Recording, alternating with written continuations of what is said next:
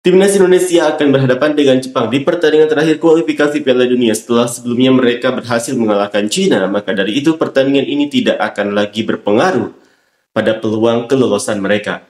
Sudah saatnya Patrick Kluivert dan kawan-kawan memaksimalkan pertandingan tersebut untuk mendapatkan poin ranking FIFA yang sangat besar dari Jepang, jika bisa menahan imbang Jepang atau bahkan mengalahkannya. Seperti inilah komentar fans Jepang. Jepang hanya sedikit lebih kuat dari Indonesia, karena mereka punya 5 pemain Eropa. Sejujurnya, kalah dari Indonesia itu memalukan. Aku muak dengan kekalahan yang tidak menjadi pengalaman atau warisan, hanya karena dipermainkan oleh penyakit Jenderal Ulung dari Moripo. Kalau main normal, saya rasa skornya sekitar 4-0. Meskipun tak bisa dihindari karena waktunya, ramalan cuaca menunjukkan pertandingan akan diguyur hujan ya. Aku harap mereka, pemain, berhati-hati agar tidak cedera. Punya kepercayaan diri itu bagus, dan dalam sepak bola kita tidak pernah tahu apa yang akan terjadi. Tapi, menyamakan Indonesia dengan Australia itu adalah kesombongan. Saya justru iri dengan Indonesia yang sepertinya tidak memikirkan apa-apa. Sepertinya mereka juga tidak menonton 5 liga besar seperti supporter tim nasional. Seandainya jika ada kemungkinan kalah, maka manajer akan dipecat.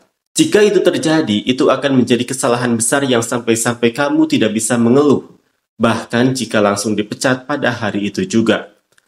Setelah melihat pertandingan melawan Tiongkok itu, saya bertanya-tanya apa yang mereka lihat sampai berpikir teknik mereka sudah cukup.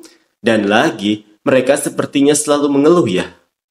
Indonesia bukanlah tim dengan pertahanan skuad Australia, dan daya dobrak mereka juga minim. Jadi mereka bukan lawan yang terlalu sulit.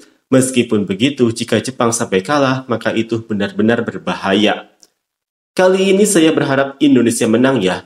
Faktanya, sebagian besar pemain inti Jepang tidak dipanggil, dan 2 bek tengah yang datang kali ini juga cedera. Jadi saya pikir Indonesia punya peluang yang cukup besar untuk menang. Namun, dalam situasi apapun jika Jepang kalah dari Indonesia, sudah sewajarnya rasa krisis sebagai tim nasional Jepang akan muncul. Rasa krisis itu penting untuk menang di Piala Dunia loh.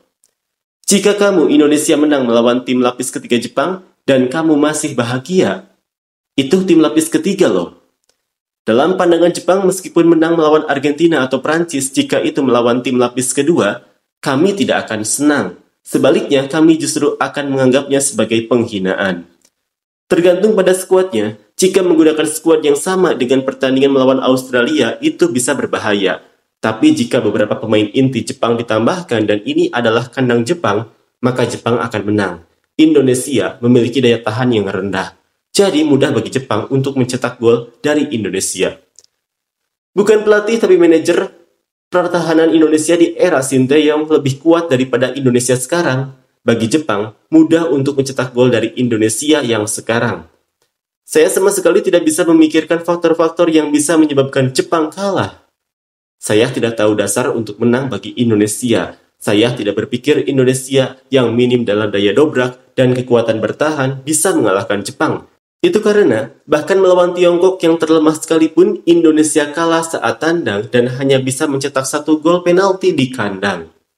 Sinteyong mampu menekan jumlah kebobolan dengan taktik defensifnya. Mengapa setelah digantikan Kluivert, tim justru kebobolan 5 gol saat melawan Australia?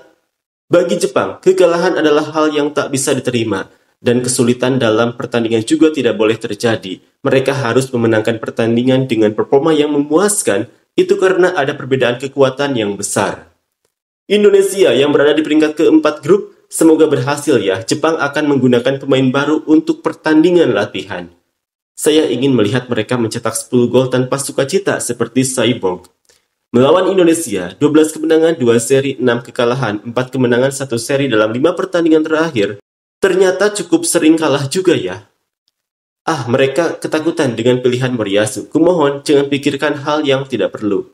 Jepang tidak ada gunanya bermain jika lawannya tidak datang dengan keseriusan penuh, dengan pikiran kita harus menang. Kita harus menang. Mari kita mainkan pertandingan yang bagus untuk kedua belah pihak, dan mari kita menjadi cukup kuat untuk mengejutkan Eropa dan Amerika Selatan. Bukankah Indonesia seharusnya menguji taktik dengan mempertimbangkan lawan tim Timur Tengah? karena ini adalah salah satu dari sedikit pertandingan resmi yang tidak terlalu berarti hasil akhirnya. Seandainya jika ada kemungkinan kalah, maka itu akan menjadi masalah pergantian pemecatan Moriyasu, bukan hanya sekedar memalukan. Saya sedang bimbang apakah akan pergi menonton pertandingan melawan Indonesia di Panasonic Stadium yang kemungkinan hujan.